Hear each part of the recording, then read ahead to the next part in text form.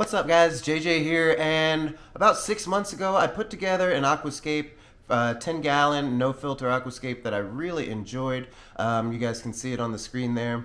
And as time went on, it was really thriving, doing great, and then it was doing so well that I kind of forgot that I still have to do maintenance on it. So it's been a couple months since I've done any maintenance on this tank. We're going to check in on it. I'm going to talk about some of the things that do go wrong when you don't do your regular tank maintenance, and then we're going to make sure we can get this back in good shape.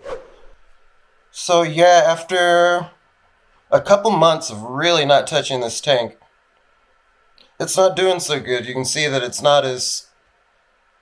the vegetation isn't quite as thick. A few things have died back. All the water parameters are fine. The bed is still doing really good. But I think our number one problem, and I warned about this, was my floaters. Flashback. And the other thing we're going to do is add some floaters in here. So I've got some salvinia sitting around. Those will open up real nice and block out some of that light from these plants that are getting really close to the surface. And watch, there's like 2 duckweeds in here. But when we have an update, this tank will be 50% duckweed. I haven't been taking out my floaters, so you know what happens then? All this light doesn't get down to all these plants below. So floaters do 2 things really, really well. Because I had a little bit of an algae problem when we were starting out, so I added some floaters so they could block some of the light and then also soak up some of the excess nutrients, which is basically where your algae is going to come from. Problem is, when your whole tank is floaters, then those lights don't get down in the tank, so those plants underneath aren't getting lights, and those floaters are soaking up those nutrients super fast, so they're not getting the nutrients. So I still haven't needed a water change because it's really getting any nitrates that might be in this tank, especially since it's a pretty low bioload anyway. But we just weren't getting enough light and nutrients down to a lot of the plants. So that nice carpet we had is gone. So really the only plants that are still thriving are the ones that managed to grow up above the duckweed, above the surface. And then we've got like some Rotala that's still doing okay. It's pretty thick, could use a trim though. And then we've had some plants that died out in between. So what we're going to do, since this tank was mostly stem plants, is just give them a little bit of a trim, replant what we can in some of those gaps where it's missing, and then I might have to add a little bit of, I'll see what I have for carpeting plants, maybe some dwarf Sagittaria for that front part, and we'll get this all fixed up good as new. Okay, we got about 80% of those floaters out, 80-90%.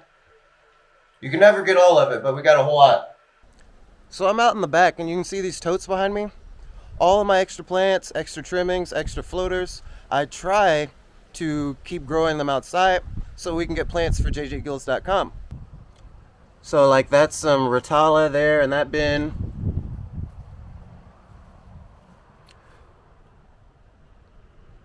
We've got some pennywort in this one.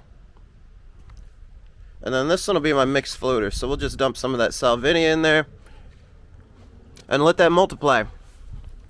But yeah, that's how we started selling plants online, was floaters and stem plants and replanting them and replanting them.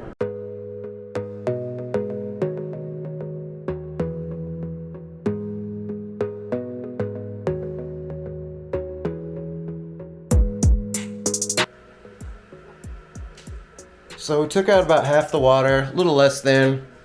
And now you can see this plant growth. It was just so long. Everything was like choking everything out. Like, look at that. So we got to get this all untangled and get things trimmed and replant it.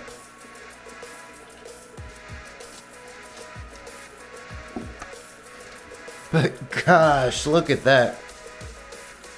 That was like 6 inches out of the water.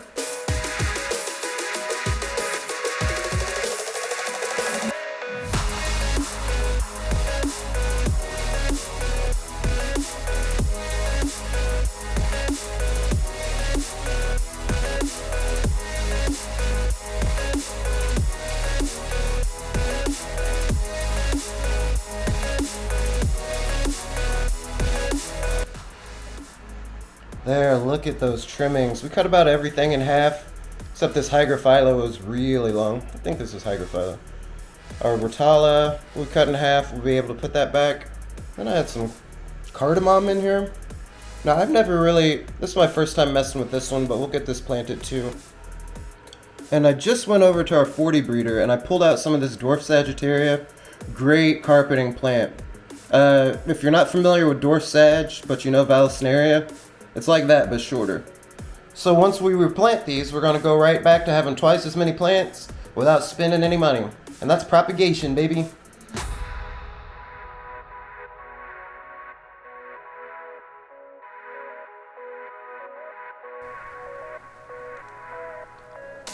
So we filled in the gaps, and there's still a couple spaces we need to grow in a little more, but we'll be back to a nice lush planted tank in no time.